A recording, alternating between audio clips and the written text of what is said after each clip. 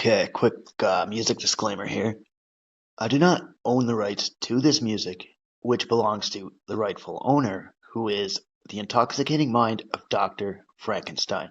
So he made my intro and my outro, and I hope you guys enjoy. Check them out on Spotify and YouTube, and no copyright infringement is intended.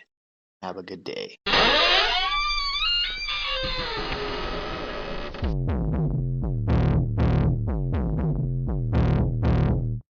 A clear choice of good versus evil, of right versus wrong.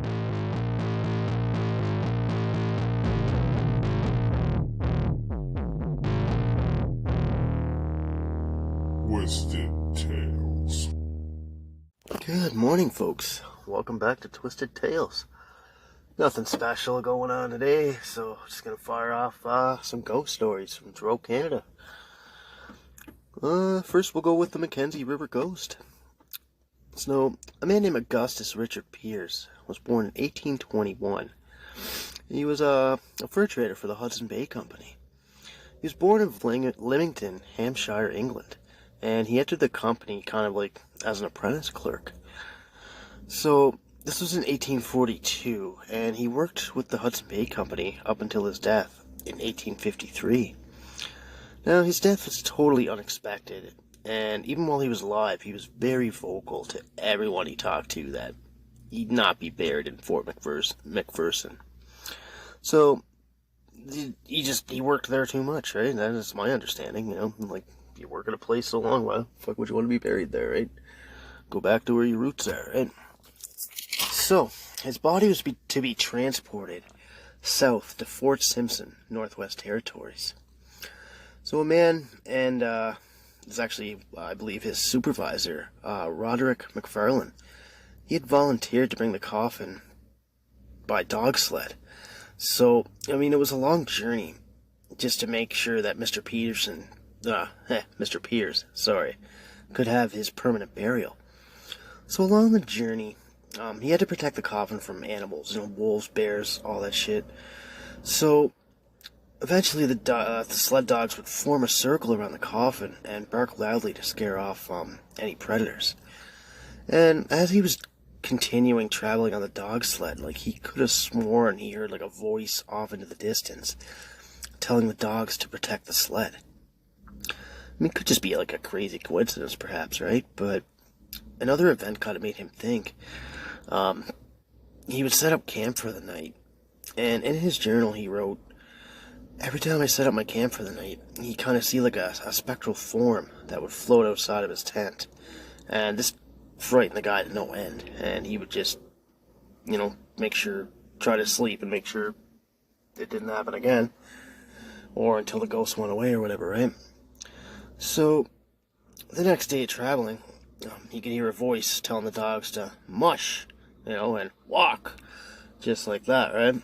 And as they were traveling, they would just constantly hear that. So finally, after a few 100-kilometer trip, that was all done, Augustus's body could be buried. So he was just happy to make the trip. His widow was there, she was at peace with it, and the guy could be buried. So he ended up back home. So upon the trip back home to Fort McPherson, roughly 2 days later, McFarlane awoke to see Augustus Pierce staring down at him, and this scared the shit out of him, so he hid under his blanket until he was gone. I mean, did Augustus show up to thank Roderick for a job well done? Yeah, nobody knows. But Roderick kept his word to his friend, and he can rest easy. Roderick passed away in 1920. So let's kick it off with another one here. Okay, let's talk about some ghost trains at Cape Breton.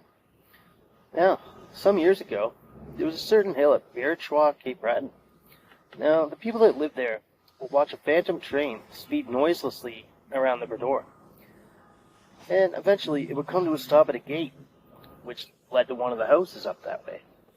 And a girl who saw the train said that 7 o'clock every night for a whole month, pretty much every family in Brador would go outside to see it. So all the coaches were lit up, but no person could be seen on board. Around the hour the ghost train arrived, folks went down to the track at chances to get a better look, but they couldn't see anything coming. But the ones who were watching it from the hill could see it plain as day. Now, around the end of the month, a man was killed by an actual train. Not the ghost one. But while he was standing there, he was standing over by the gates where the train had normally stopped. And ever since that man was killed, nobody's seen that train ever since. And it's been eerily quiet in that area. Now, this next one is going to be on the Mabu River. So, a man who resided about a mile above Mabu River, he was returning home from feeding his cattle in his barn when he heard the sound of a train passing. And kind of weird because, there was no trains in that area, or nobody surveyed the land or anything.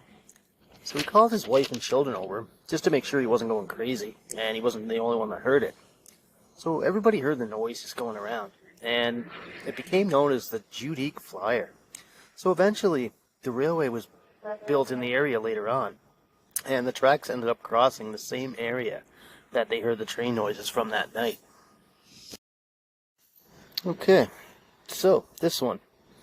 Now there's a main highway at Port Hawkesbury, Cape Breton, along the cliffs that are kind of high above the water, straight out of Canso. They run close to the tracks on Cape Porcupine, Odds Cove. So in the earlier years, two old ladies went for a walk across the highway when they heard a terrible noise. And it actually began to rush in. So it frightened the hell out of these two old ladies. So when it went past them, one said it looked like it had one eye, and it went right through a fish house that stood nearby. The women stood there for a moment, kind of pale and breathless from the scary event, and they headed over to the nearest house they could find just to relax and catch their breath. So, years later, one of the ladies heard a train on the mainland of Nova Scotia. She actually recognized this because it was the same noise that she heard many years before. And sadly, she passed away before the Inverness Railway was built. And the tracks itself, when surveyed, actually ran right through the fish house that the old lady seen that night. And now we go to the Mull River. So a young man one evening at Mull River, Inverness, was off to a neighbor's house, and he was going down the road when he seen a terrifying object, large and black, that kind of looked like it had like a red light on its back. So it had steam exiting from the front, bright enough that the man could see the shingles on the house that he was on his way to. So it went up to the house, it passed around, and then came down the road very swiftly, and the man ended up jumping out of the way to let the train pass. So he made a cross sign with his fingers, and the train's bright lights had turned red, became eerily quiet, and then vanished. Pretty scary stuff, right? Ooh. Now, I know ghost stories aren't for everyone, but, I myself really enjoy them. Just the paranormal aspect of it, the fear of dread you get when you're really into a story or around a spooky place, kind of like this tale I'm going to tell you here. It's about an isolated dirt road in Thornburn, Nova Scotia. Now, a headstone lies at the end of this isolated road, belonging to a little girl named Catherine McIntosh. She died of an incurable illness on April 23rd, 1882, and she was about 8 years, 11 months. So she died about a month before her ninth birthday. So originally buried in McLennan Cemetery in Pictou County, Nova Scotia, until a dispute with a neighbor about where she was buried. She was dug up and moved to the Greenvale Road by the family farm. So many people have checked her grave out over the years, as it's claimed to be haunted. So the people that visit the grave sometimes, can hear growling, or sometimes feel like they're being touched. And sometimes they see the apparition of a child. But some said that there's toys left on top of the grave as well. And if you take a toy, and that something bad will happen to you. So if you do go visit, make sure you bring a toy and leave it on top. So some visitors say when they return to their vehicles after visiting the grave, they would find tiny little handprints on the car in the dust.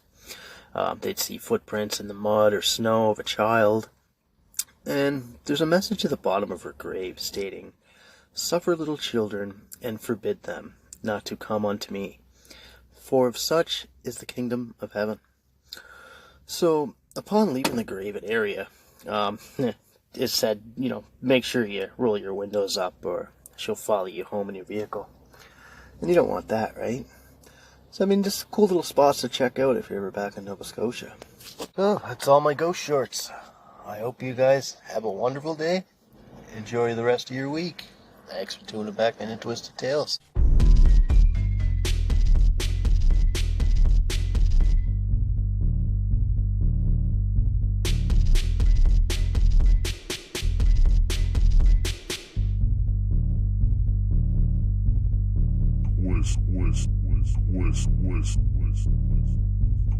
Twisted Tales.